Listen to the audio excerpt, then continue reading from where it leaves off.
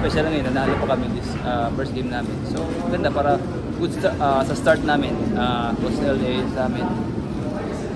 Ay, 619. Ay, thank you. So, yung parang masaya kami para sa lahat. Hindi lang sa new system, new coach, yung teammate namin. So, magandang restart. Diba siya yung Ironman dati tapos ikaw yung active ngayon, ikaw yung Yeah. pinaka.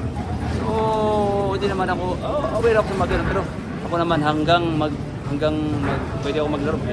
Hindi ako mag-stop. Yan naman yung goal ko lagi.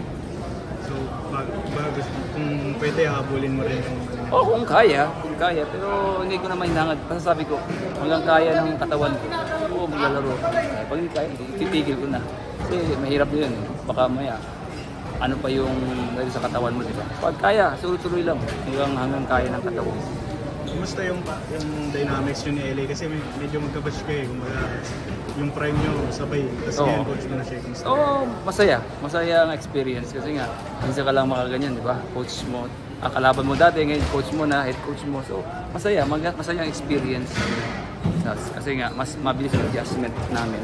So, parang, coach niya ako, at the same time, nag-guide niya rin ako. At nabibigyan ko rin ng yung mga kasama na gusto niyang pagawa sa amin, yung mga bata, like Jerome, Peter, Haggard. Pwede yung kausap na parang ako yung parang extension niya para doon sa mga bata na yun.